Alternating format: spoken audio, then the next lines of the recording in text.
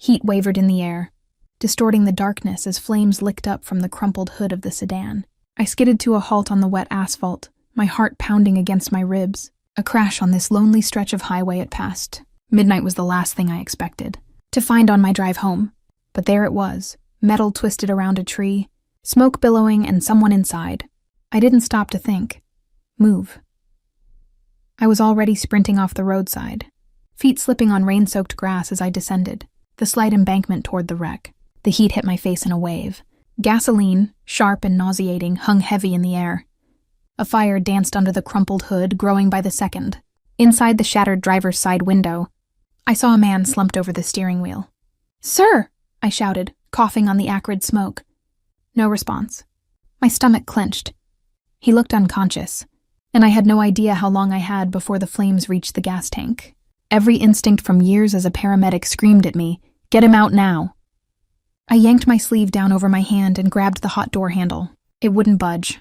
The frame was too warped from the impact. Gritting my teeth, I reached through the blown-out window instead. Glass shards bit into my forearm as I maneuvered around the deflated airbag. Inside, the man's face was partially obscured by blood and a curtain of dark hair. I pressed 2 fingers to his neck, searching for a pulse. Thump, thump, thump, thump. Faint, but there. He was alive. Relief and adrenaline surged through me. The driver's side door was hopeless. I'd have to pull him out through the window. Flames crackled louder behind me, a reminder that time was running out. Bracing my feet, I hooked my arms under his shoulders. He was heavy, built of solid muscle from the feel of it, and pinned by the seatbelt.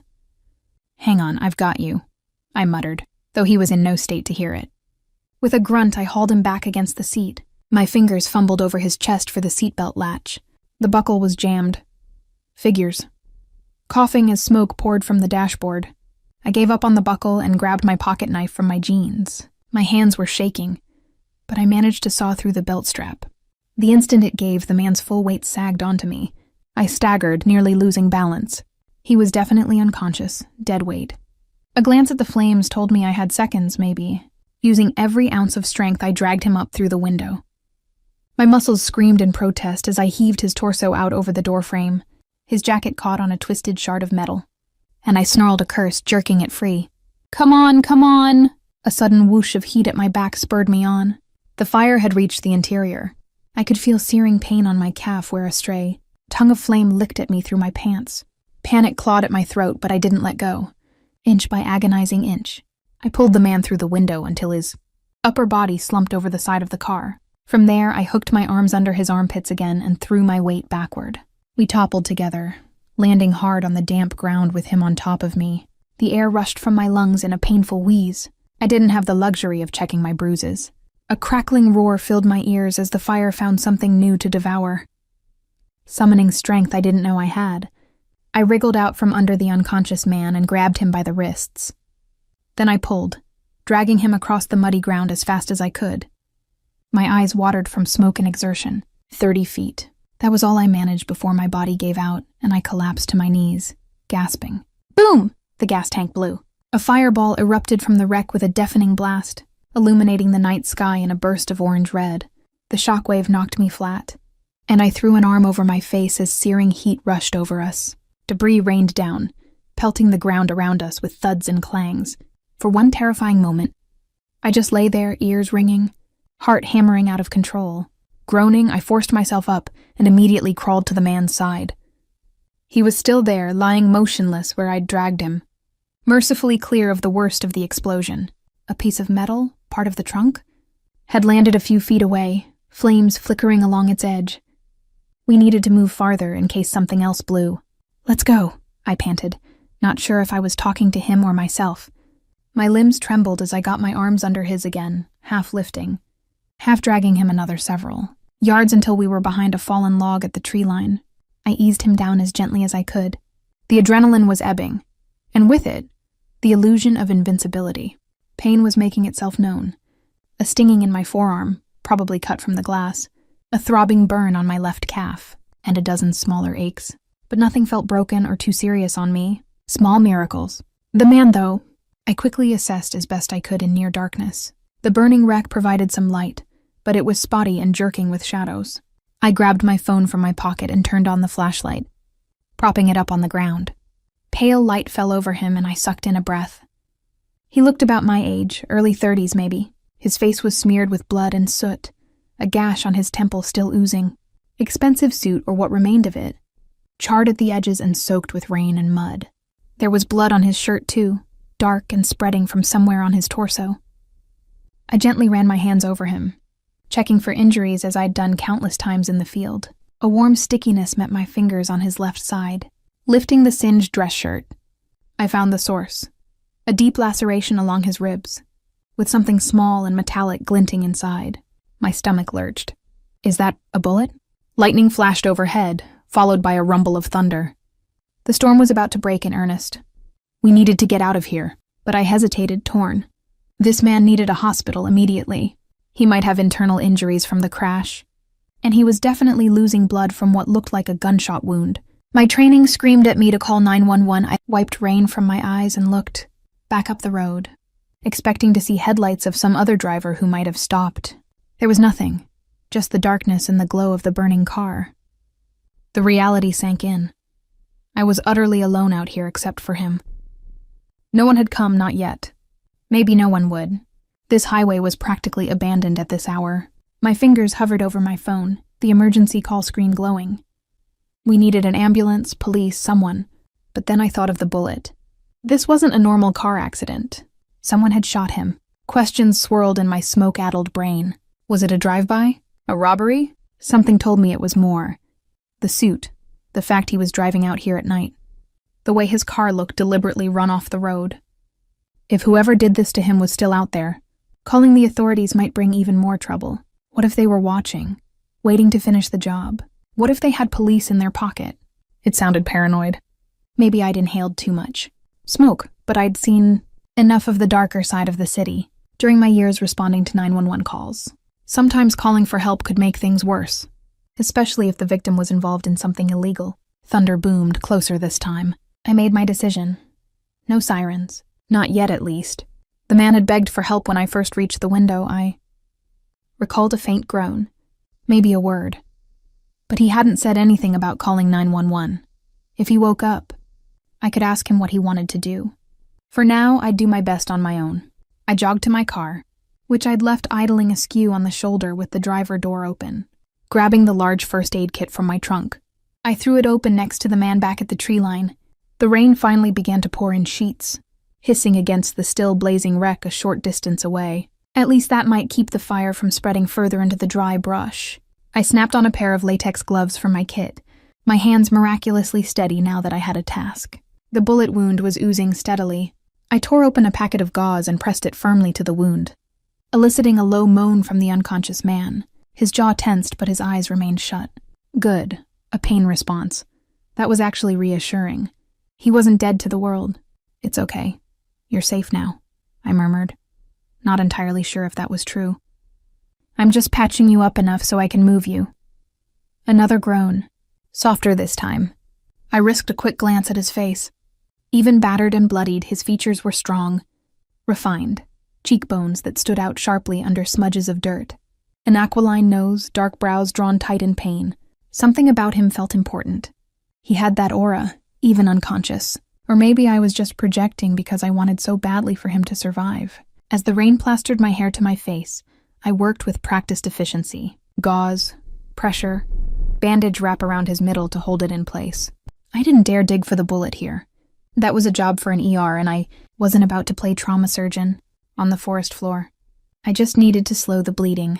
I cleaned the head wound on his temple as best I could and stuck a large bandage over it. Every so often he made a noise, halfway between a grunt and a word. It sounded like he was trying to say something, but I couldn't make it out. Finally, I had him as stable as I was going to get in the field. My car was up on the road. I'd have to haul him up there somehow.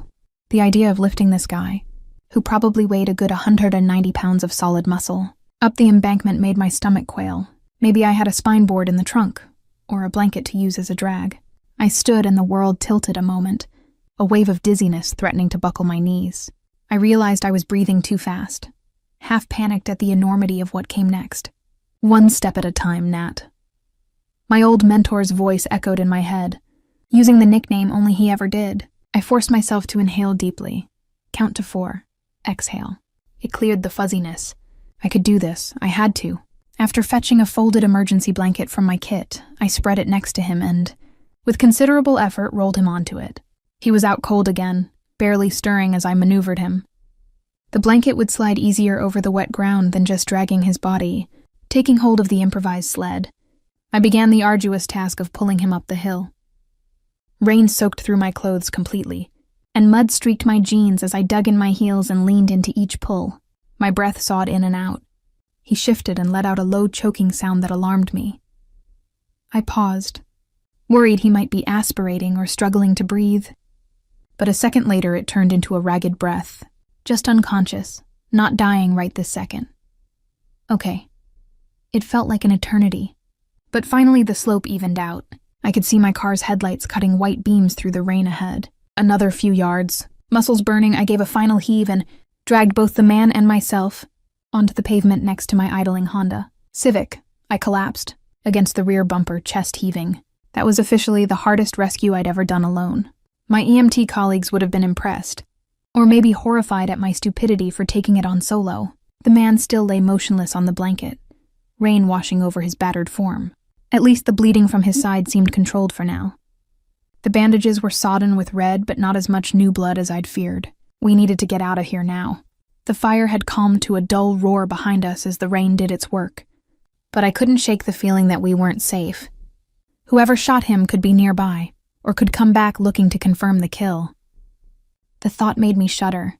With great difficulty, I managed to wrestle him into the backseat of my car. Thank God for whoever invented the squat lift. I used my legs, not my aching back, to get him halfway up, then sort of rolled or pushed until he was lying across the back. It wasn't graceful, and I muttered an apology as his head bumped the door frame. He was too out of it to notice. I yanked the blanket out from under him and tossed it aside, then quickly covered him with a dry spare jacket from my back seat.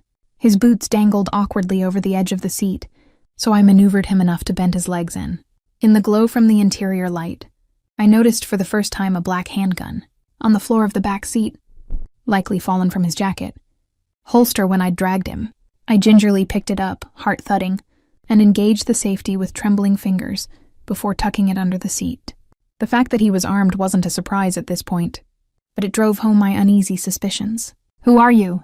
I wondered silently. No average guy drives around with a pistol and gets ambushed on deserted roads. As I slid into the driver's seat, a crack of lightning illuminated the shattered wreck in the distance. Sirens wailed, faint but approaching. Maybe someone a few miles back had seen the fireball and called it in. If that was an ambulance or the fire department, they'd find the wreck and wonder where the driver was. I couldn't deal with that now. I needed to disappear before they arrived. I hit the gas, pulling back onto the highway. My hands were shaking so badly I had to choke up on the steering wheel to steady them. "Just breathe," I whispered to myself, peering at the rear-view mirror. The rain on the glass and my adrenaline-fueled tunnel vision made everything beyond my headlights a blur. We drove in darkness for a few tense minutes, but no headlights appeared behind us. No one followed. Only when I was a safe distance away did I allow a sob of relief to escape my throat. I blinked away a sudden sting of tears. "Keep it together." I wasn't done yet, not even close. "Where?" A rough voice croaked from the back seat, and I nearly jumped out of my skin. I caught a glimpse of movement in the mirror.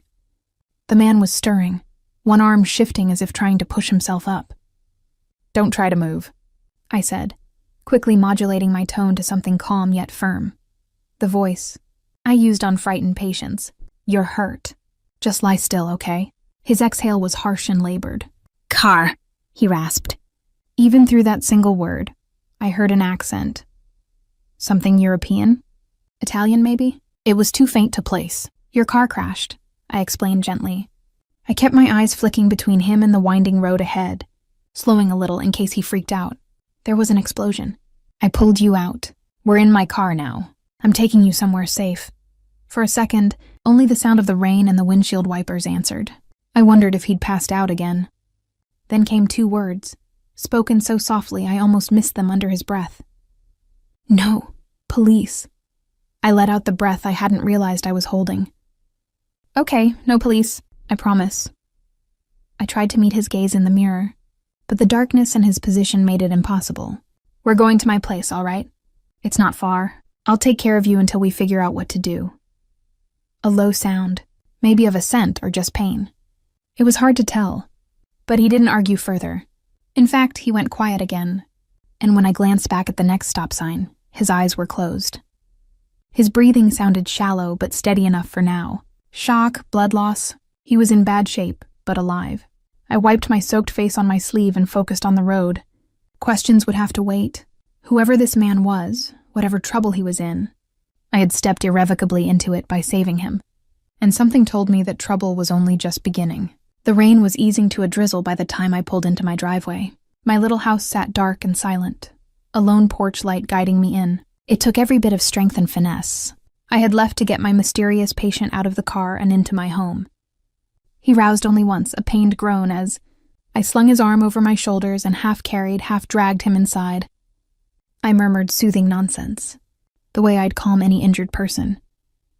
Almost there. I've got you. He leaned on me unconsciously, his head lolling against my neck as we staggered through my front door. By the time I eased him down onto my living room couch, I was shaking from exhaustion. My clothes were soaked and filthy, dripping rainwater and mud onto the hardwood floor. But that was the least of my concerns. I flicked on a lamp, casting a warm glow that let me properly see the man I'd rescued for the first time. He was a mess, no surprise, but under the blood and grime, I could now make out the strong line of his jaw, the slope of cheekbones that gave his face a sculpted elegance even in ruin. His hair was dark and thick, plastered to his forehead. The makeshift bandage on his temple had slipped a bit, and dried blood streaked down to a faint stubble on his chin. Despite the cuts and bruises, he was, well, disconcertingly handsome. Not that it mattered. I mentally slapped myself for even registering that fact right now. He didn't stir as I fetched more supplies and set about, cleaning and properly dressing his wounds. I peeled off his ruined jacket and blood-soaked dress shirt, trying not to jostle him more than necessary. Underneath, his body was all corded muscle and old scars, a testament to a life hard-lived. A jagged white line across his right bicep, another round scar low on his abdomen that suspiciously looked like a bullet wound from long ago, and a black tattoo over his left rib cage, partially disappearing under the bandages I'd wrapped. The tattoo looked like words in a foreign language. Latin, maybe. I'd have to get closer to read it, but I wasn't about to pry. What drew my attention more urgently was the fresh bullet lodged in his side. My bandaging in the field had slowed the bleeding, but it was nowhere near what a proper hospital could do. I chewed my lip, contemplating. Removing a bullet was risky, and not something I should attempt on my couch. But leaving it in risked infection, not to mention continued internal bleeding. For now, I reinforced the pressure bandages and hoped for the best, at least until I could figure out a safer plan. His other injuries were easier, cuts cleaned and disinfected. The gash on his temple closed with butterfly strips, bruises iced. He had a dislocated little finger on his left hand, which I gently popped back into place with a soft click. He didn't even flinch, just kept breathing shallowly, eyes closed. Shock and blood loss had him deep under. I draped a blanket over him to keep him warm and stepped back to catch my breath. My living room looked like a war-zone medical bay, supplies scattered across the coffee table and floor, and on the couch lay a stranger who was probably some kind of criminal. I glanced at the gun I'd taken off him, now unloaded and tucked away in a drawer across the room. My gaze then fell on the heap of wet, bloody clothing I'd peeled off him. I hesitated, then picked through the pockets of his jacket, seeking any ID. A wallet emerged. Leather and monogrammed with LR inside. I found a driver's license under the plastic sleeve. I pulled it out, holding it to the light. There he was, cleaned up and stern-looking in the photo. The name read Luca Romano, age 34. I didn't recognize it, but something about it prickled the back of my mind. Was he someone I should know? A local politician? Businessman? My fingers flipped through a couple of credit cards. A black card that only the ultra-rich carried. Some cash. Who even carried 100 bills in quantity these days? And oddly, a metal card the size of a business card, etched with a symbol of a coiled serpent. Definitely not your average Joe. There was also a phone in the pile of belongings, but it was a lost cause. Screen shattered and the casing bent from the crash, likely waterlogged to boot. I set the wallet aside, unease growing. I had confirmation of his identity, but it didn't really tell me who he was, or why someone had tried to kill him. Exhaustion pulled at me hard. I'd been running on adrenaline for hours. Those sirens earlier, had they found his car? Would the cops be searching for a body that wasn't there? Would they somehow trace things to me? Anxiety gnawed at my insides. One thing at a time. I peeled off my own soggy, smoky clothes and changed into dry sweatpants and a hoodie, cleaning my minor cuts and the burn on my calf with antiseptic. I caught a glimpse of myself in the bathroom mirror. Wild-eyed, hair hanging in damp clumps, soot streaks across my cheeks like some action movie extra. What the hell have you gotten yourself into, Natalie? I hardly recognized the woman staring back. Shaking it off, I returned to check on my patient. Luca was deathly pale against the pillow I'd propped under his head, but when I placed a hand on his cheek, his skin felt a touch too warm. Fever. Not. Surprising given the trauma and possible infection starting. I fetched some acetaminophen and carefully managed to get 2 tablets dissolved in water down his throat. It wasn't easy, he was barely responsive, and I had to support his head and dribble the liquid in slowly, hoping he wouldn't choke. He grimaced but swallowed, which I took as a good sign. Lightning flashed faintly outside, the storm finally moving off. In the silence that followed, broken only by the ticking of my living room clock and his ragged breathing, I suddenly felt the full weight of the situation. There was a man on my couch who'd been shot and nearly blown up, a man with armed enemies most likely, and I had just invited all that trouble right through my front door. I sank onto the floor beside the couch, wrapping my arms around my drawn-up knees. My head knew I should call the police, consequences be damned, but my gut rebelled at that idea. He had begged me not to, and in truth, part of me feared what would happen if I did involve the authorities. Maybe it was the raw memory of my father, who'd been an honest cop, getting gunned down by gang members years ago. Justice hadn't brought him back, hadn't protected us. The system had huge cracks that people like my dad fell through, and people like this man, lying bruised and broken in front of me. What category did he fall into? Victim? Criminal? Both? I rubbed my tired eyes. No answers right now. I'd keep him alive through the night, and in the morning, maybe he could tell me who I was risking my neck for. With a sigh, I grabbed an old quilt and a pillow and made myself a spot on the floor next to the couch. I wasn't about to leave him unattended. If he woke up disoriented or tried to move, I needed to be there. My eyelids were heavy and the adrenaline crash made my limbs leaden. Just a short rest, I promised myself. I'll keep an ear open. When I woke, the shadows in the room indicated late afternoon. I stopped up, catching my breath. For a moment, I wondered if I'd imagined the noise that woke me. Then I heard it, a low moan. I twisted around. Luca's face was contorted in pain, his head tossing on the pillow. No, he mumbled, brow pinched. Basta no. The word was foreign, but I caught the meaning. Stop or enough in Italian. He was dreaming or remembering something unpleasant. Hey, I said softly, reaching to gently touch his shoulder. His skin was still a bit too warm. It's okay. You're safe. His eyes flew open at my touch. For one tense second, I found myself pinned by a disoriented, ice-gray stare. His irises were an arresting shade of pale steel blue, and they fixed on me with raw fear and fury combined. I barely had time to register the intensity before he tried to lurch up. No, lie down, I urged, pressing lightly on his uninjured shoulder. He was surprisingly strong, even half delirious. His body fought mine with instinctual resistance. A strangled sound came from him as he realized he couldn't fully rise. Easy, you're hurt. Please, you have to stay still or you'll start bleeding again. He blinked, some awareness creeping back into his expression. His gaze darted around, taking in the unfamiliar room, the bandages on his torso. He grimaced and sank back, breathing hard. The car, he rasped, voice cracked and weak. I offered a small smile. It exploded. But you're out of it. You're safe now. In my house. I noticed my hand was still on his shoulder and quickly withdrew it. Suddenly self-conscious. I'm Natalie. I'm the one who pulled you out and patched you up as best I could. He closed his eyes briefly. Natalie, he repeated, the syllables rolling off his tongue with that accent, softer now. I remember you. His brow furrowed as if searching his memory. I thought I was burning. Then an angel dragged me out. My cheeks heated, and I looked away to hide a flustered laugh. Hardly an angel. And you were damn heavy. For the record. A ghost of a smile tugged at one corner of his mouth, but it was fleeting. Almost immediately his face hardened again, eyes sharpening. Anyone else here? The question was tight, wary. Even wounded, there was a commanding edge in his tone. I shook my head. No. Just me. I hesitated, then added, "No one else knows you're here. I didn't call the police or an ambulance, like you asked." His head turned slightly toward me, those steely eyes studying me with an intensity that made me fight the urge to squirm. He seemed to be evaluating if he could trust me. Finally, he gave a small nod. "Thank you." The words were quiet but sincere. I let out a breath I didn't realize I'd been holding. "Do you want some water? Or pain meds? I have a few supplies here." He swallowed, as if just realizing how parched he was, and gave another faint nod. Carefully, I lifted his head and brought a glass of water to his lips. He drank a few swallows before coughing. I eased him back down. Even that small effort left him grimacing, one hand drifting weakly toward his bandaged side. His fingers were long and surprisingly elegant for a man, clearly accustomed to violence. I noticed they were stained with dried blood. Maybe someone else's.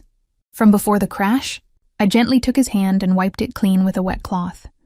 He watched me in silence until I was done, and I couldn't decipher the look in his eyes.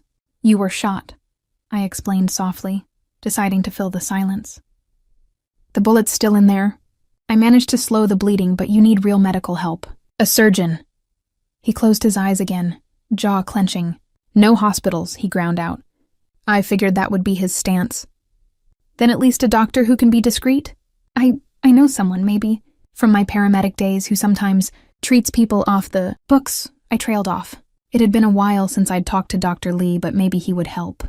Although if this man was a criminal, I wasn't sure I wanted to involve others.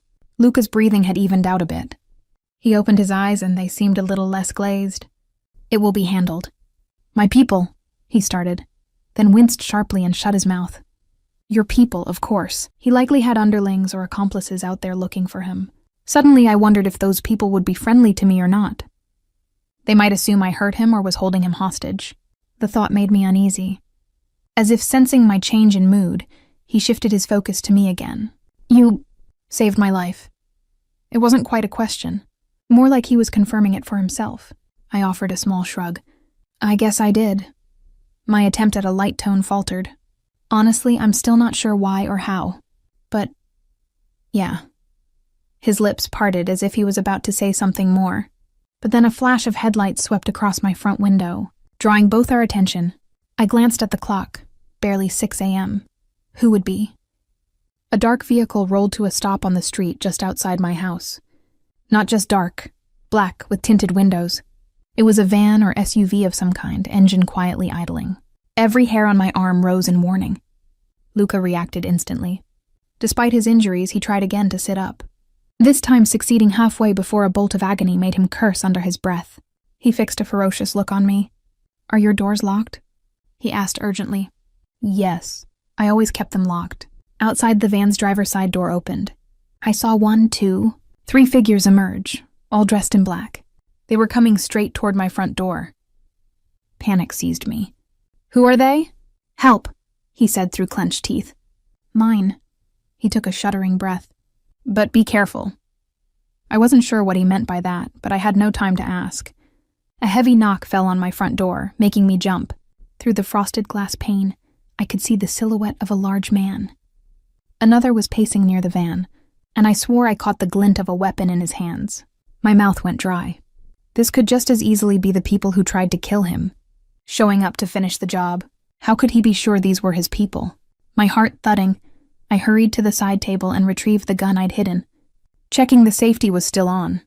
I wasn't skilled with guns. My dad had taught me basics when I was younger, but I'd never actually shot a person. Still, holding it gave me a tiny sense of control. I kept it lowered at my side as I inched toward the door. "Natalie!" Luca called from the couch, alarm clear in his voice. He was struggling to get up, but I saw blood starting to seep through his bandages. "Don't open," he panted. Too late. Another series of thuds rattled the door, more insistent. A deep male voice from outside. "Mr. Romano? Are you in there?" They knew his name. My eyes widened. Friend or foe, they at least were looking for him specifically. Steeling myself, I pressed up to the door. "Who is it?" I shouted, trying to keep my voice from shaking. The reply was curt. "Open up. We're here for Mr. Romano. We know he's inside. We tracked his phone." A pause. "And we mean no harm to whoever is aiding him." I glanced back at Luca. who was watching with a mixture of pain and urgency. His breath was labored, but he managed a single nod. "Let them in." I decided to trust him, sliding the gun into the back waistband of my pants. I unlocked the deadbolt and cracked the door. Immediately, a broad shoulder forced it the rest of the way, and I found myself face to face with a mountain of a man in a black coat. I stumbled back and he stepped in, followed by a second man, while the third remained just outside, scanning the street. Both intruders were huge, stern-faced, and armed. I caught sight of holstered pistols under their coats. Everything about them screamed dangerous.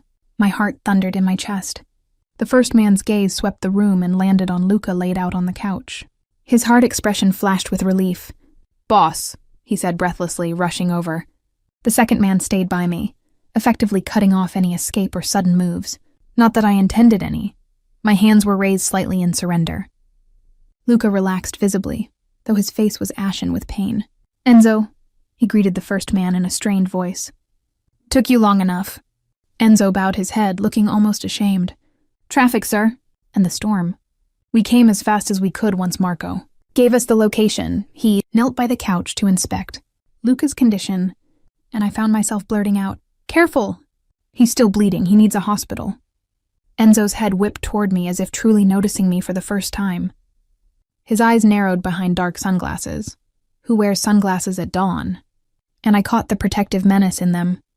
"Who is this?" he demanded. "What happened?" Luca lifted a hand weakly. "Stand down. This is Natalie. She saved my life." His voice hardened just a fraction. "She's under my protection." Enzo immediately backed off a step, though he still looked wary. The second man, a bald, bearded hulk, finally moved from the doorway and approached, addressing Luca in a thick accent I couldn't place. "We should move you, Capo. It's not secure here." He barely spared me a glance, but I felt his presence, looming like a threat. Capo. The word rang a bell from mob movies, boss. My stomach dropped. Who exactly had I pulled from that car? I was starting to have a very dangerous inkling. Luca grimaced as he tried to push himself upright. "Agreed. But..." He looked at me, an unspoken question in his eyes. Would I come with them? Or maybe, could I manage on my own if they left me here? He had promised I was under his protection, which implied I might need protecting now. I thought of whoever had tried to kill him. If they knew he was alive, they'd come for him again. And maybe for any witness, like me. I blew out a breath, making my decision on instinct. "I'm coming too if you need me," I said, trying to sound more confident than I felt, at least until he's stable. Part of me also wanted answers. Who he really was. What I'd gotten myself into, but one step at a time. Enzo looked like he might object, but Luca cut him off. "Help me up," he ordered. Between Enzo and the other guy, they lifted Luca carefully. He stifled a groan, going frighteningly pale as his feet hit the floor. I dashed to his side, on the side of his injury, in case he needed support. He stood taller than I'd realized, even slumped and leaning on his men. At about 5'4", I felt positively dwarfed by him and the other hulks. He took a labored breath, then nodded to me appreciatively for being there. "Let's go," he said. The men half-carried him toward the door. I grabbed a smaller kit of medical supplies and my car keys from the table, then hesitated, looking at my blood-stained living room. Would I even be coming back here? The thought gave me a pang. But I hurried after them, locking the door behind me. The morning air was chilly and smelled of rain. They had parked a black van right in my driveway now. The back doors were already open. Inside, I glimpsed a fourth person, a wary-eyed older man with a medical bag, looking prepared to administer aid. Oh, thank God, they brought a doctor. Maybe I wouldn't have to play field surgeon after all. Enzo and the others eased Luca into the van. I hovered at the edge of the driveway, uncertain for the first time if I was truly welcome. But Luca, despite clearly fighting waves of agony, turned toward me and extended a hand. "Natalie, come." His voice brooked no argument, but beneath it I heard something almost pleading, as if he genuinely didn't want to leave me behind. I swallowed and reached for his hand, climbing into the van. The door slammed shut behind me, sealing us in with these dangerous strangers as we sped off to God knows where. My quiet life had just been thoroughly upended, and there was no going back now. The van ride passed intense silence but frantic activity. The older man, I assumed to be a doctor immediately, set to work on Luca under the van's interior light. I hovered at Luca's side, doing whatever small things I could, holding gauze, checking his pulse, while the van sped through the city streets. I caught glimpses out the front windshield. We bypassed downtown and headed toward the outskirts again, likely to avoid any police checkpoints, I realized. The doctor introduced himself curtly as Dr. Sullivan, and seemed more than familiar with gunshot wounds. He gave Luca a shot of something for pain, then inspected my handiwork with a critical eye. "Not bad," he grunted to me, "for a field job." He then glanced at Luca's face. "Boss, I'm going to remove the bullet now." "It'll hurt." Luca, who was barely conscious again, gave a faint nod and clenched his teeth. Without thinking, I reached down and took his hand in mine. His fingers wrapped around mine in a surprisingly tight grip as the doctor probed the wound. Even with the pain meds, Luca tensed, a low growl escaping him as the forceps dug in. I winced in sympathy, murmuring, "It's okay. Just a bit more." Not sure if I was reassuring him or myself. Finally, with a wet squelch, Dr. Sullivan extracted a small, misshapen slug. Blood welled anew, and I hurried to swab it away as the doctor began irrigating and stitching. Luca's grip on my hand loosened as the worst of the ordeal passed. I realized only then that he'd nearly crushed my fingers, but I didn't pull away. By the time the van rolled to a stop, the immediate crisis was over. The doctor had patched Luca up properly, fresh stitches, clean bandages, and a hefty dose of antibiotics, and fluids via an IV drip he set up from a hook on the van wall. Luca had drifted into a sedated sleep, his head lolling against the van's interior. I gently disengaged my hand from his, which left him looking oddly vulnerable. It struck me how different he seemed from the imposing figure who had first woken up in my house. Like this, he was just a man, injured, exhausted. It stirred a protective feeling in my chest. Enzo slid open the van door. We were in a covered garage of some kind, likely attached to a house. The two other men from earlier hopped out and quickly scanned the surroundings before giving a nod. Clear. Together, they carefully lifted Luca out on a stretcher that had been prepared. I scrambled out after them, squinting in the brighter light. We were indeed in a garage, next to a couple of high-end vehicles. Enzo noticed me trailing and jerked his chin toward a side door. "This way, miss." I followed, clutching my little medical kit to my chest like a security blanket. We entered what looked like a grand foyer of a house. No, a mansion. Marble floors, tasteful but expensive decor, and hallways that stretched into elegant rooms. It was the kind of home only the ultra-wealthy could afford, tucked away behind gates and long driveways to keep out prying eyes. The realization that I was now deep inside a mob boss's lair sent a shiver through me. A woman in a crisp black dress appeared from a side door, her eyes widening at the sight of Luca on the stretcher. "Dio mio, what happened?" she gasped, switching to Italian in her panic. She looked to be in her 50s, with graying hair pulled into a bun. "He'll live, Sophia," Enzo said brusquely, continuing past her. "Where's Marco and the others?" "In the study, trying to find out what went wrong," she replied, then immediately moved to my side, surprising me by taking my arm gently. "Come, dear, you are soaked and shivering. Let the men handle this." I realized then that I was, in fact, trembling, whether from adrenaline or the chill of my clothes, I wasn't sure. My teeth threatened to chatter. Looking down, I saw I was still in the same hoodie and sweatpants, now smeared with Luca's blood from the van. Everything felt surreal. Part of me balked at leaving Luca's side, but the woman tugged me along with a maternal firmness I couldn't resist. I watched over my shoulder as the men carried him up a grand staircase. Dr. Sullivan barking orders to get a room ready. Luca didn't stir. Sophia guided me to a bathroom on the ground floor. "You wash up.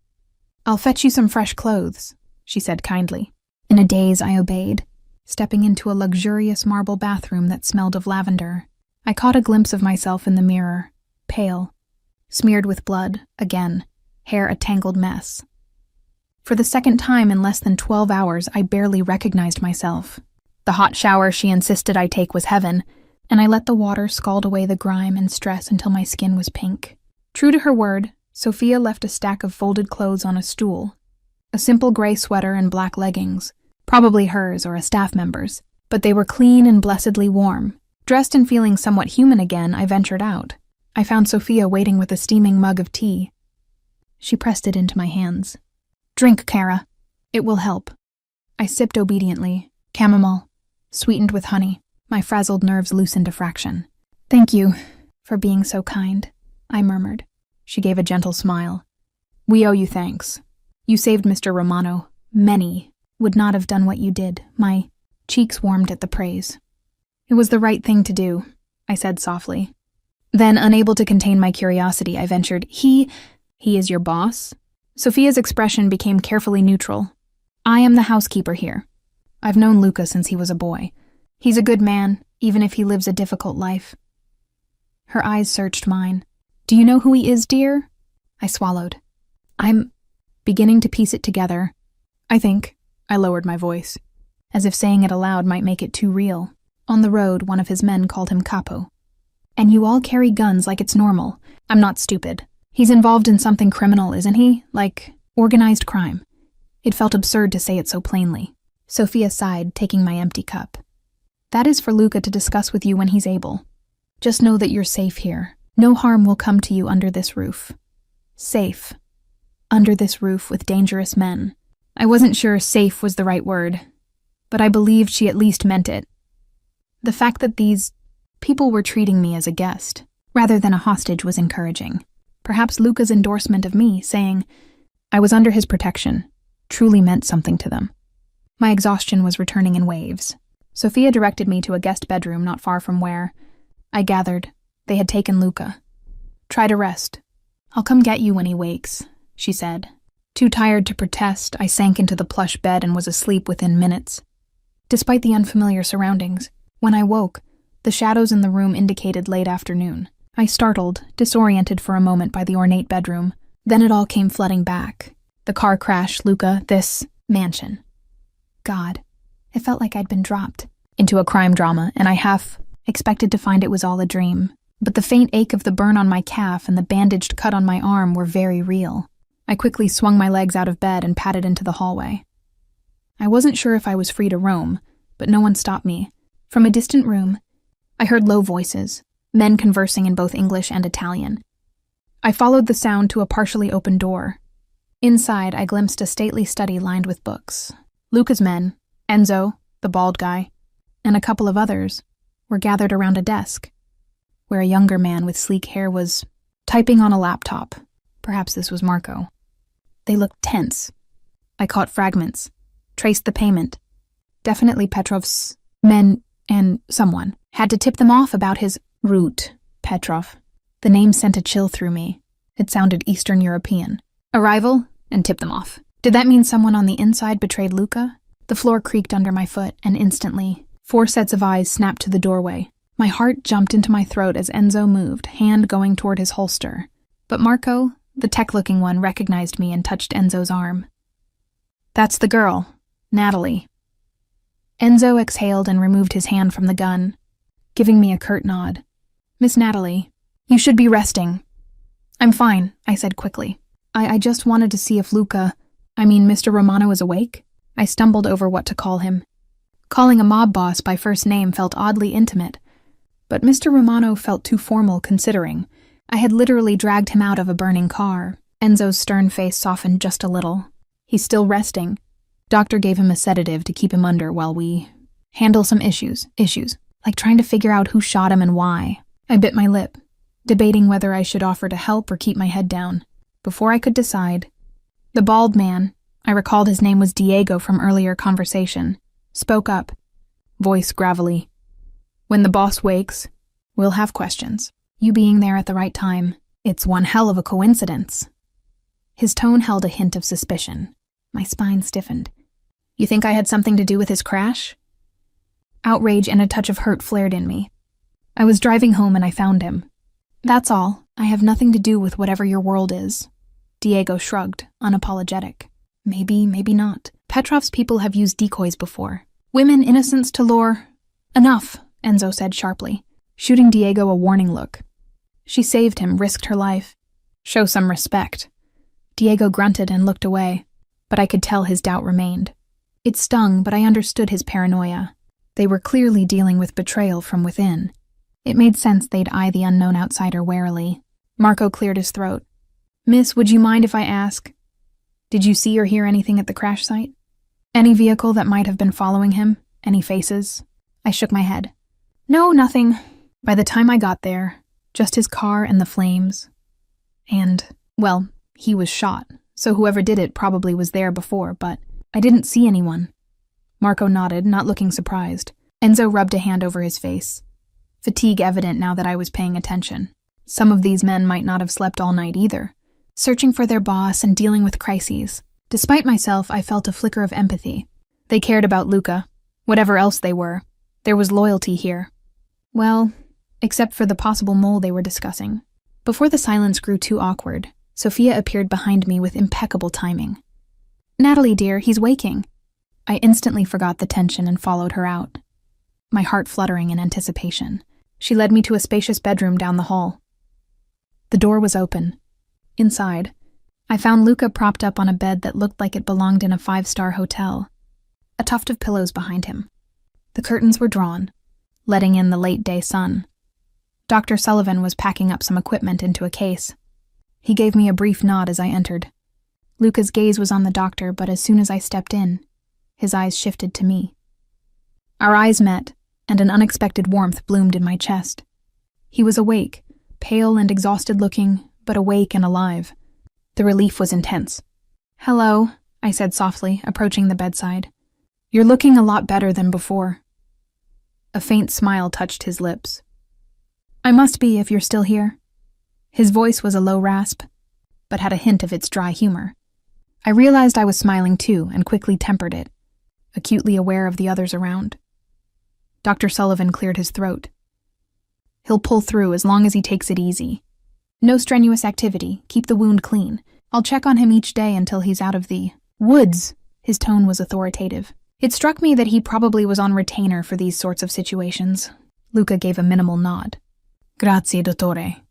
The doctor snapped his case shut and headed out. Sophia hovered a moment, her gaze flitting between Luca and me with a knowing light. Then she excused herself as well. Suddenly we were alone. I sank into the chair by his bed. For a moment, neither of us spoke. I wasn't sure where to start. Now that he was lucid, a million questions jostled in my mind, but they all tangled up on my tongue. He broke the silence first. "I hear you had a busy morning saving my life again." I blinked. "Hardly. It was Dr. Sullivan who... He told me how you never left my side in the van." Luca's eyes softened. "And that you were the one who got me out of the car, kept me alive through the night. I owe you, Natalie, more than I can ever repay." Heat crept to my cheeks. Hearing him talk about it directly was strangely overwhelming. "You don't owe me. I just did what anyone with a conscience would do." A shadow passed over his face. Not anyone. Many would have called the authorities and left me to their mercies. Or worse, ignored the wreck. Entirely. His jaw tightened, as if considering that grim possibility. "You have a brave heart." For a second, I forgot who, what, he likely was. My chest tightened at his earnest praise. "I think adrenaline and my EMT training took over," I said, trying to make light of it. By the time I realized how crazy it was too late. He studied me quietly. "Crazy or not, you saved me." "Thank you." His voice was rougher on the last 2 words, and I saw genuine emotion in his eyes. Gratitude, yes, but something else too. Respect? Admiration? It made me feel oddly shy. I glanced down at my hands. "How are you feeling now?" I asked, changing the subject a bit. He exhaled. "Like I got shot and hit by a truck. But aside from that, well enough." A ghost of a smirk. "Sullivan pumped me with enough drugs that I can't complain." I gave a little laugh. "Good. You need rest." On impulse, I reached out to adjust his pillow that was slipping. He leaned slightly into my hands as I did so, his eyes never leaving my face. My pulse skipped. There was an intimacy in this simple act that took me by surprise. When I settled back, he tilted his head. "They are treating you all right?" "Oh, yes. Everyone's been kind mostly." I omitted Diego's gruff accusations. No need to trouble him with that. "Sophia is a gem. She fed me and made me sleep." Luca's lips curved more. "She practically raised me." I'm not surprised. So Sophia had a deep history with him. Perhaps she was more family than employee. Another question bubbled up then. "Your men?" They mentioned someone named Petrov, and that someone tipped them off. "Does that mean someone on the inside betrayed you?" His expression shuddered a bit. Clearly, shop talk wasn't something he wanted to burden me with. "It's being investigated," he said carefully. "Petrov is an adversary, but we'll handle it. I won't let anyone hurt you for what you've done. You have my word." The intensity in that last bit was unmistakable. I believed him. He would probably do whatever it took to ensure my safety now. But I also realized something crucial. My life was in danger simply because I saved him. If Petrov's people knew someone helped Luka survive, they might try to eliminate me as a loose end. The idea made my blood run cold. I cleared my throat. "Speaking of that, what exactly happens now? I mean, am I a prisoner here? Protective custody? Should I be calling a lawyer or something?" I attempted a half-joke to mask my real anxiety. His eyes flashed with alarm. "No, of course not. You're not a prisoner. You are free to leave whenever you wish." But even as he said it, something pained flickered on his face at the thought. "However," he continued, "I strongly advise you stay at least until things are settled. My people can keep you safe here, and I would feel better knowing I can repay my debt by keeping you alive." I swallowed. Right, safety in the mob boss's mansion. Not how I pictured my week. I tried to smile, but it came out wobbly. Admitting it outright was a risk, but I had to. "You are a mob boss, right? Or something along those lines." He went very still, eyes locked on mine. A long pause, and then he inclined his head. "I am the head of my family, the Romano family." He said it quietly, but there was weight in those words. He was confirming my suspicion without glorifying it. I let out a breath I didn't know I held. Hearing him say it still made my stomach lurch a bit. I had just spent 24 hours in extremely close quarters with a Mafia Don, and now I was in his home, under his protection. It felt surreal and dangerous and, strangely, not as terrifying as it would have yesterday, because now I saw him as a person, one who bled and hurt, and even joked a little, rather than a faceless crime lord. But still, the reality loomed. This man likely ordered violence, lived in a brutal world. My conscience and my past screamed, warnings that my empathy for him was treading on thin ice. He must have mistaken my silence for fear, because he suddenly reached for my hand.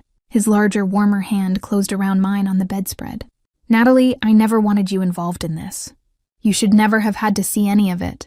I know who you are, a brave, kind woman who was just in the wrong place, at the wrong time." A self-mocking smile touched his lips. "Or perhaps the right place for me, but wrong for you.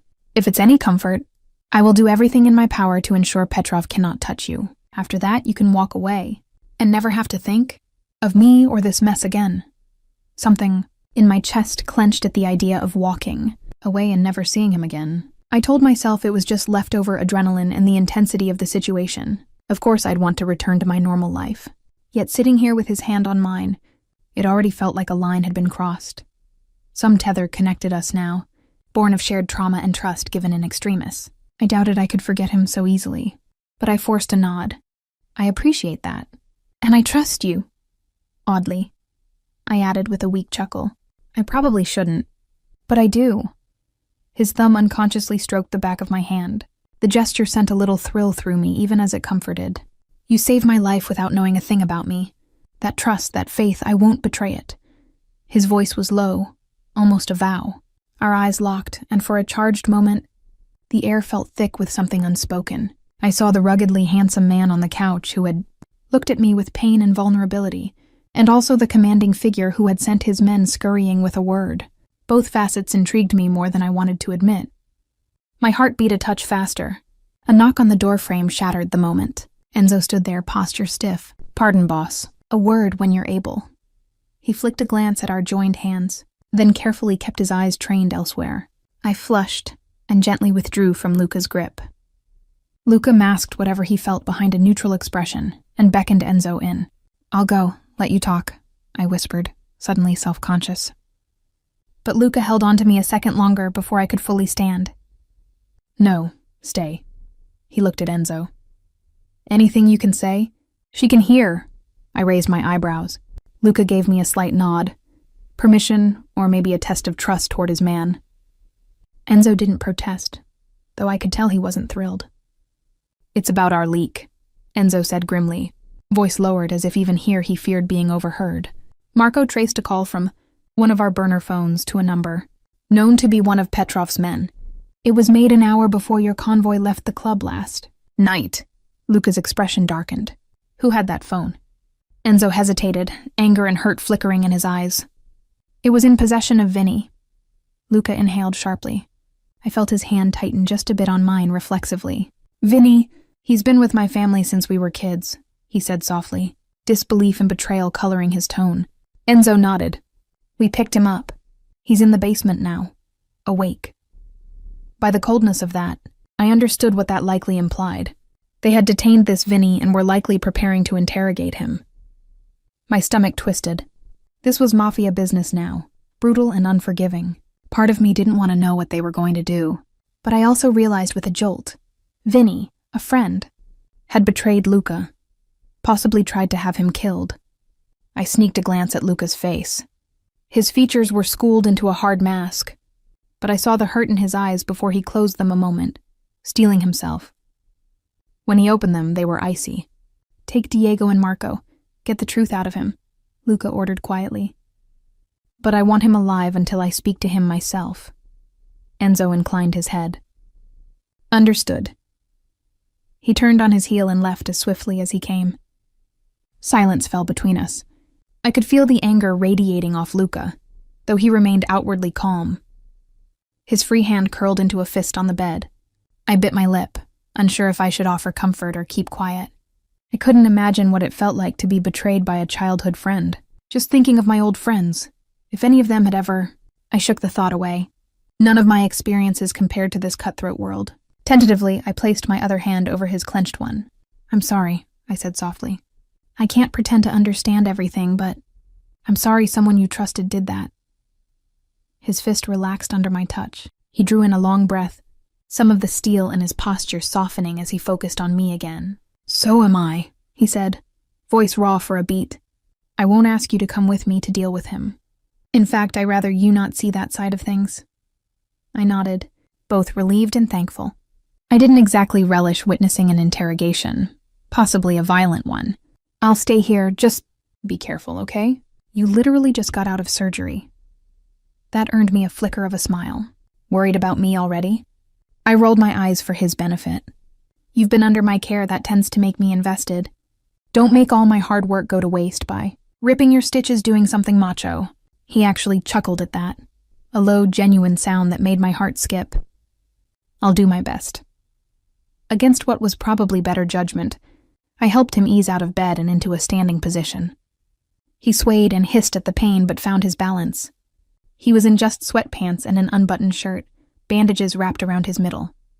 The proximity made me aware of the heat radiating from his bare skin and the lean strength beneath. I quickly stepped back once he was steady. A thought struck me as he prepared to go down to his men. Luca. I used his first name, which made him pause and meet my eyes. I tried not to think about how natural it felt to say it. That man, Petrov, he's the one who wanted you dead, right? He nodded slowly. I swallowed. You said I'd be safe here until things are settled. Does that mean you're going after him? Like war? I couldn't keep the tremor out of my voice. Mob war. Just the phrase conjured up images of blood on the streets. Drive-by shootings. Innocent people getting caught in crossfire. The same nightmare that took my father from me. His gaze hardened, but not at me. Petrov tried to eliminate me, and in doing so endangered an innocent, endangered you. I can't let that go unanswered. I heard the deadly resolve under his words. He would kill Petrov or die trying. I didn't doubt it. My chest tightened with an emotion I couldn't quite name. Fear for him, dread of more violence, and something like anguish, that this was the life he was trapped in. Just, be careful, I repeated lamely. Please. He reached out and brushed a thumb lightly along my cheek. The gesture stunned me into silence. For you, I will. His words were soft as a promise, and for a heartbeat I thought he might lean in and... But he pulled away, squaring his shoulders. His walls came back up, the dawn replacing the vulnerable man of moments ago. I realized he needed that armor to face what was next. I watched him leave, torn between worrying for what might happen below and a more personal worry blossoming in my heart, that I was growing far too attached to a man I should probably fear, and that when this was all over, I'd have an impossible choice to make. I waited anxiously in Luca's room as he went to confront Vinny in the basement. The house had fallen eerily quiet. I didn't know which was worse. Imagining what was happening to the traitor, or confronting how I felt about it. This was justice in Luca's world. Swift, brutal, and personal. Part of me believed Vinny deserved whatever came for trying to have his friend murdered. Yet another part, the part that was still my father's daughter, squirmed at the idea of violence meted out without due process. A muffled gunshot echoed from somewhere far below. I jumped, my heart leaping to my throat. In the stillness that followed, I felt cold all over. Had he just executed the traitor? A tremor went through me. I hated that I was sitting here passively imagining the worst. This is his life, I reminded myself. This is what happens in his life. When Luca finally returned, I rose to my feet uncertainly. One look at his face told me enough.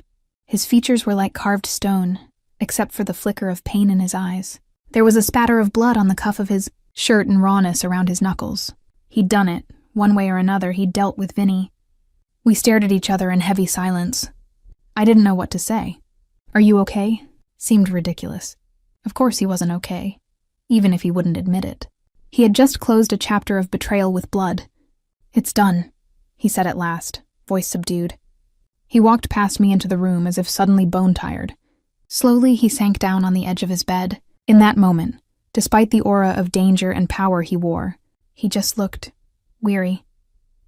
I approached tentatively and sat beside him. He didn't flinch when I took his hand, but he also didn't meet my eyes.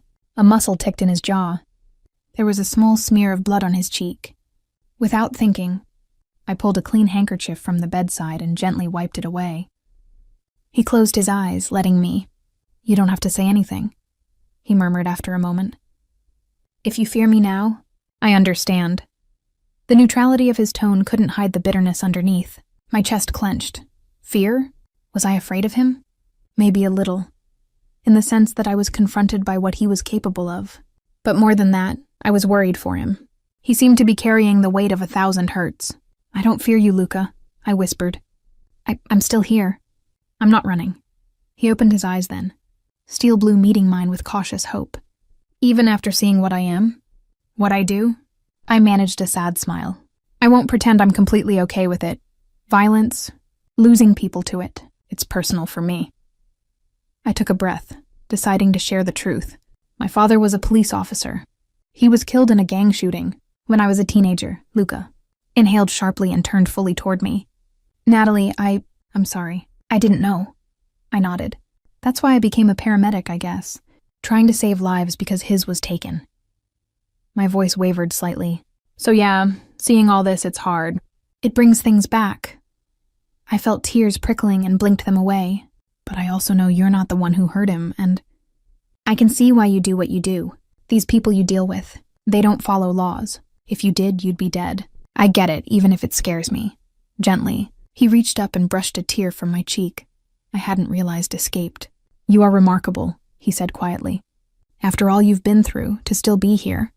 To even try to understand me." He shook his head as if in awe. I sniffled, giving a half laugh. "I'm not sure I understand myself right now." I squeezed his hand. I don't want you to shut me out, okay? If I'm going to stay until this is over, I need you to be real with me. No sugarcoating what might happen. I can't handle being treated like I'm fragile or ignorant. I want to know what's going on." He considered that, then gave a single nod. "No secrets. You have my word." He hesitated, then continued softly. "And for what it's worth, if there were any way to live this life without the bloodshed, I would. But I was born into it, and after my father, the former boss, was killed, I had to take his place to protect everyone I cared about. It's ugly, but it's the only way I know to keep those I love safe. Those I love." The words hung between us. Did that group now include me, at least in some nascent way? My heart thumped painfully at the thought. Before I could dwell on it, a brisk knock came at the open door, making us both jump slightly. It was Marco, looking urgent. "Sorry, boss. We just got word. Petrov's safe house is empty. He's on the move, and..." He glanced at me, then back to Luca. "We intercepted some comms that suggest he knows about the lady." My blood ran cold. Luca stood at once, his grip on my hand tightening protectively. "What exactly was said?" Marco pressed his lips then. "He's desperate. Lost a lot of men in his first attempt, and now he knows we rooted out his insider. One of our contacts said Petrov was heard swearing. He'd make the girl pay for helping. You. He looked at me apologetically. He's furious you survived. Apparently one of his men saw someone pull you from the car. Must have been watching from a distance. I felt the color drain from my face. So they had known someone intervened. I shivered. Luca drew me slightly behind him, as if ready to shield me from threats even in our own home. Security? He barked to Marco. Already doubled around the grounds. But if Petrov is on the move, we fear he might attempt something soon, before we can strike him first. Marco's gaze flickered to me again. He might target her specifically, boss. Luca cursed under his breath in Italian. I want a detail on her at all times, he said. She doesn't leave the house. I didn't like the sound of that, feeling a small rebellious streak. But I also understood the seriousness. If Petrov wanted revenge, he'd likely stop at nothing. The idea of that man anywhere near me made my stomach churn. Marco nodded and withdrew to carry out orders. Luca turned to me, lifting my chin with a finger gently. I'll keep you safe, Natalie. The promise in his voice was fierce. I mustered a smile I didn't quite feel. I know. I'll be careful, I promise. He seemed reluctant to leave me even for a moment. But he needed to coordinate with his men. I assured him I'd stay either in his room or somewhere guarded. Sophia soon found me and insisted I eat some dinner to keep my strength up. I picked at the food, appetite lost to anxiety, but I appreciated her company and the normalcy it tried to provide. Night fell. The mansion was on high alert. I could feel the tension in the air. Armed guards patrolled outside. I glimpsed them from the window. Enzo and others came and went from the study, coordinating who knew what. Luca wanted to crush Petrov quickly, but they had to find him first. Part of me prayed they'd do it soon so this could be over. Another part dreaded the confrontation, knowing it meant more blood. By 10 p.m., Sophia gently ushered me back to my assigned bedroom, urging me to try to sleep. I'll stay with her. One of the guards, a younger man named Tommaso, volunteered, stationing himself outside my door. It was both reassuring and unnerving knowing a gunman stood sentinel for me. Sleep, however, didn't come. After tossing and turning for an hour, I gave up. My mind wouldn't stop churning through worst-case scenarios. The quiet was oppressive. I needed air. Peeking out, I saw Tommaso by the door, alert. He gave me a polite nod. All okay, signorina? Just need some fresh air, I whispered. Maybe just on the balcony? There was a balcony at the end of the hallway overlooking the back gardens. That was still within the secured grounds, I reasoned. He considered, then stepped aside to accompany me. The house was dim, most lights low. We reached the glass door to the balcony, and he scanned the outside before allowing me to step out. Cool night air kissed my face, along with the scent of jasmine from the garden below. The estate was vast and dark beyond the circle of lights near the house. Crickets chirped softly. For a moment, I closed my eyes and just breathed, trying to calm my racing thoughts. Tommaso lingered just inside the doorway, giving me a semblance of privacy while remaining close. I appreciated the gesture. Wrapping my arms around myself against the slight chill, I gazed at the stars peeking through the clouds. Strange to think only 2 nights ago. My biggest worry was an overtime shift or paying my rent. Now the world had flipped. Part of me felt strangely alive, like I'd found a purpose beyond the mundane routine. A connection with someone that felt significant. But it came at such a cost. A faint crunching sound drifted from the gardens below. My ears perked. Probably just a guard on patrol, I thought. I leaned over the railing slightly, peering down. I could make out a silhouette moving along the hedge line. A guard, surely. There was a perimeter fence beyond, but it was shadowed.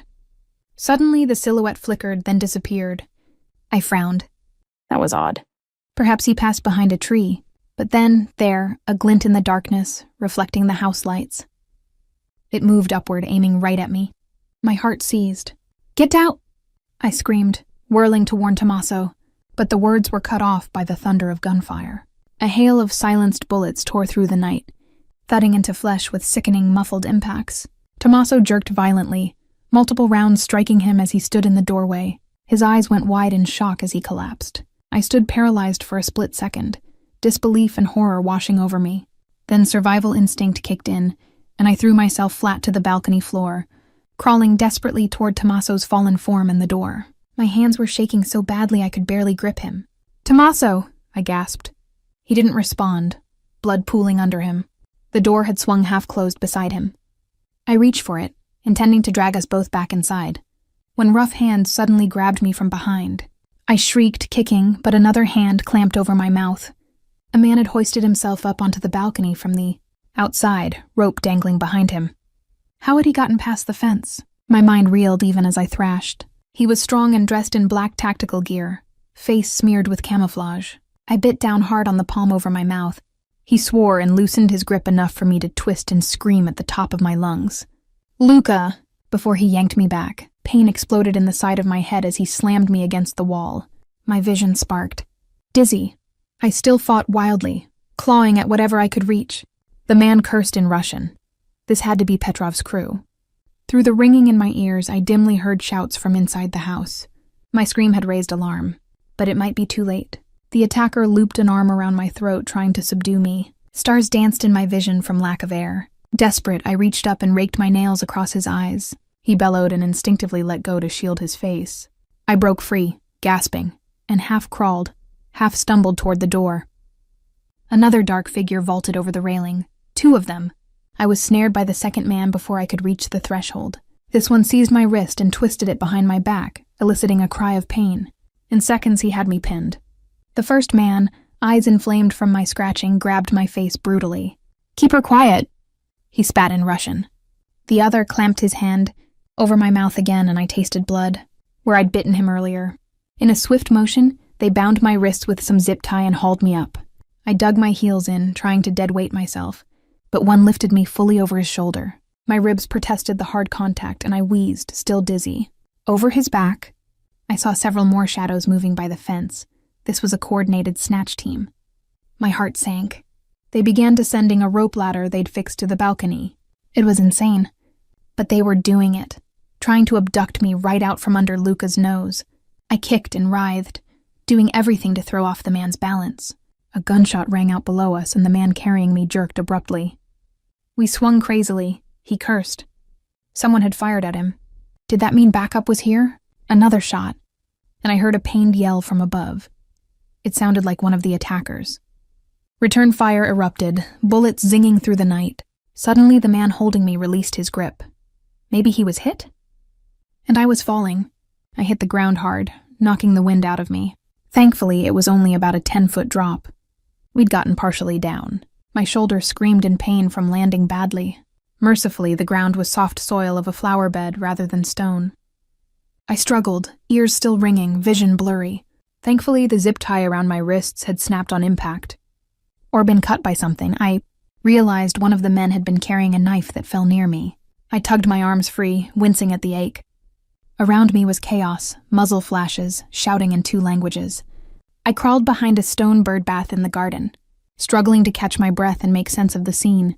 By faint moonlight and the intermittent flash of gunfire, I saw several of Luca's guards engaged with Petrov's men near the back fence. It was an all-out firefight. One of Petrov's crew lay unmoving nearby, possibly the one that dropped me. I spotted the second kidnapper limping toward the fence where a gap had been blown open. He seemed to be retreating. They hadn't planned for a prolonged fight. They'd wanted a quick snatch and dash. Then I saw another figure, tall and commanding, emerge from the house, Luca. He moved with predatory grace, gun raised. Even injured, he was joining the fray. My heart lurched in both relief and fear for him. "Luca!" I tried to call out, but my voice was weak from choking and panic. I'm not sure he heard me over the gunfire. One of Petrov's gunmen noticed Luca and opened fire. Luca rolled behind a planter, returning shots with deadly precision. In the dimness, I saw one of his bullets catch the shooter, who went down. Another assailant tried to flank him. Luca stepped out boldly, firing twice. The man crumpled.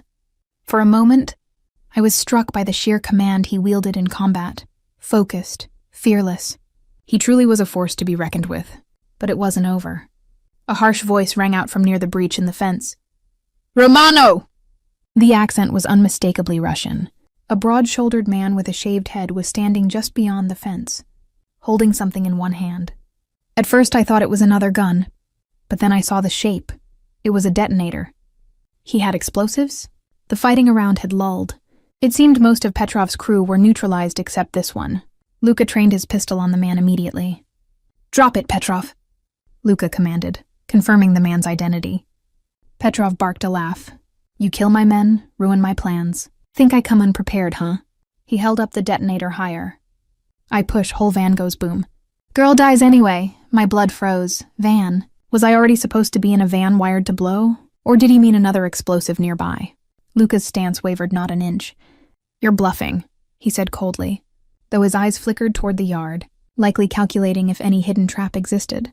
You willing to bet her life? Petrov sneered. To my horror, he then revealed he did have a gun in his other hand, pointing not at Luka, but vaguely in my direction. He didn't seem to know exactly where I was. But if he sprayed bullets, I could be hit, and I was effectively cornered behind this stone bath. One stray bullet. Luka stepped forward slightly, drawing Petrov's aim back to himself.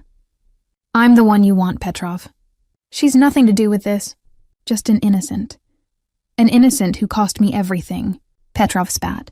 If not for her, you'd be dead and I'd be dividing up your empire, right? Now. His face was twisted in rage, visible even in near dark. So yes, I will enjoy killing her. But first I'll watch you break.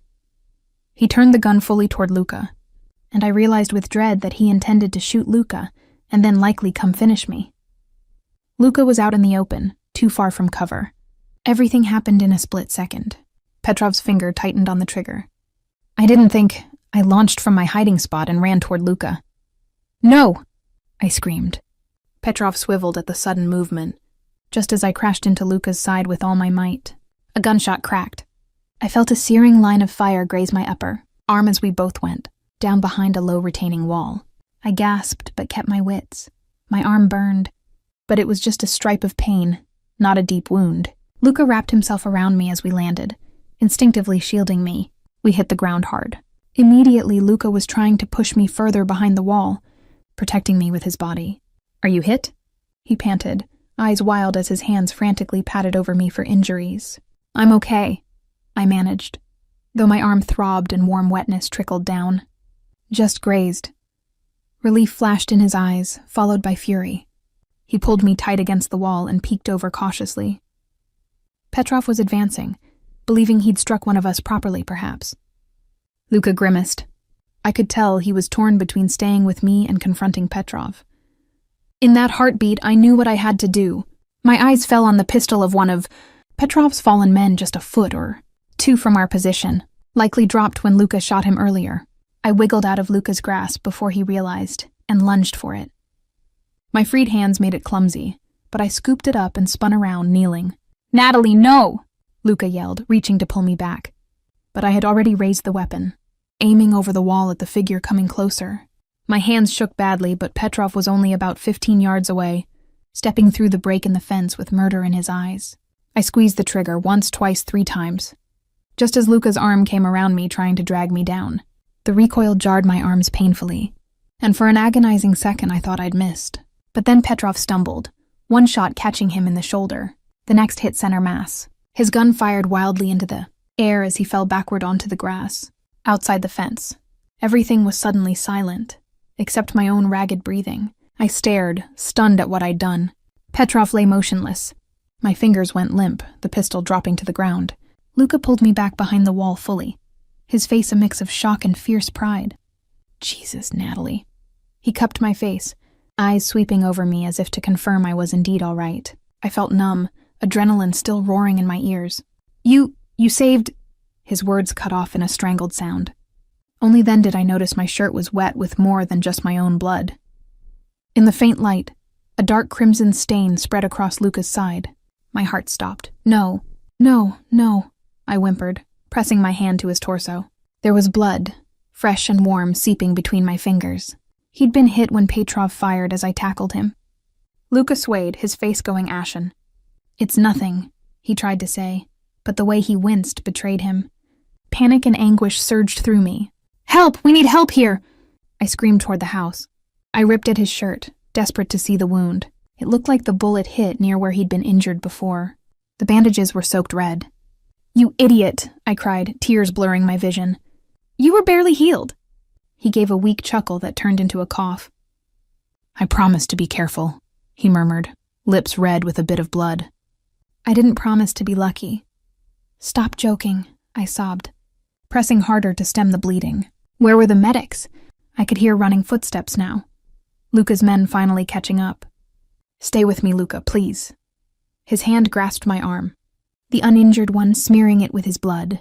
Natalie, don't cry. His voice was faint but urgent. I need to tell you. If I don't make it, you're going to make it. I nearly shouted, voice breaking. I refused to believe otherwise. Just hold on. His fingers squeezed. If I don't, I have a letter. In my desk, he gasped, struggling for breath. But I'd rather say it now. I shook my head, tears falling freely. Save your strength. He lifted a trembling hand to my cheek, a familiar gesture now charged with desperation. I was dead inside before I met you, he whispered. Running on revenge and duty. Then you? You pulled me out of that wreck and gave me a reason to fight. To live. His eyes were intense, pleading for me to hear him. I love you, Natalie. A sob caught in my throat. Luca. My heart felt like it was splitting. How could hearing those words feel both like soaring and dying at the same time? I leaned down, pressing my forehead to his. I love you too, I choked out. It was true. In this life or death moment, nothing was clearer. So you damn well have to live, do you understand? I'm not losing you now. He closed his eyes, a tear slipping from one corner. Or maybe it was mine. As you wish, he breathed, the ghost of a smile on his lips. Then strong arms were pulling me back.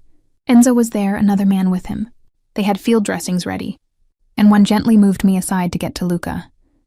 Boss, hang in there, Enzo was saying, ripping open Luca's shirt to assess the wound. He snapped orders to someone to call the doctor. An ambulance be damned. The world became a flurry of activity, guards shouting, others confirming Petrov was down, secure. I knelt nearby, my hands covered in Luca's blood. Shaking so violently I thought I'd collapse. Sophia appeared at my side, wrapping an arm around me. She was crying too, whispering prayers in Italian. I clung to her as Luca was stabilized and carefully lifted. He had passed out, head lolling. I stood on unsteady legs and followed as they carried him inside. The next hours were a blur. Dr. Sullivan arrived in record time and they whisked Luca to a makeshift operating room in the mansion. Who had an operating room ready? Mafia bosses, apparently. I was not allowed inside. I spent the time pacing the hallway, refusing to sit or rest despite everyone's urging. My arm had been properly bandaged, just a flesh wound, they said, but I barely remembered getting it treated. All I could think of was Luca on that table, fighting for his life again. Twice now I had almost lost him. That realization alone made clear just how deeply he had embedded himself in my heart in such a short span. Just before dawn, Dr. Sullivan finally emerged, looking exhausted but giving a small nod.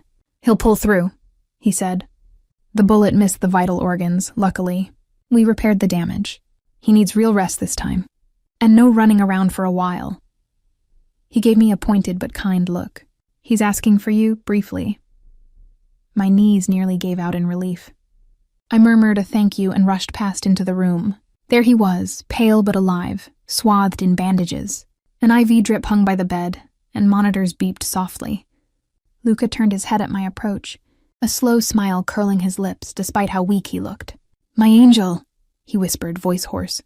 I gently took his hand, tears of joy pricking my eyes. I'm here, I managed, bringing his hand to my lips. You're stuck with me, I'm afraid. His thumb brushed my knuckles lightly. Music to my ears. He drew a shaky breath. Petrov? Dead, I confirmed, squeezing his hand. I shot him. Actually, I'm pretty sure I did. The reality of that was only just sinking in now that adrenaline had faded. I had killed a man, albeit a very evil man.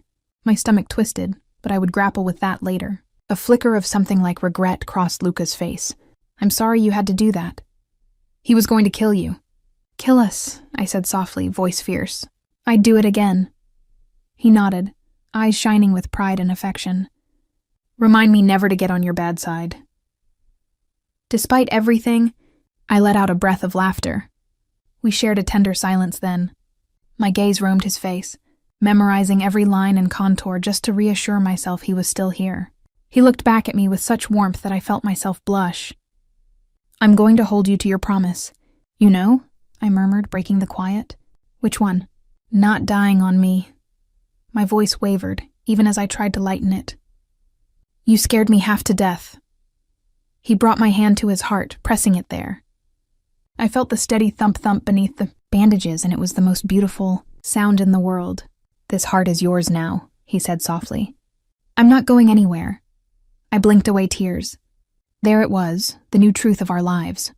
We belong to each other, for better or worse. And mine is yours, I whispered. A tired but content smile touched his lips. With a gentle tug, he guided me to sit on the edge of the bed. Despite the IV and pain, he shifted to make space, clearly wanting me close.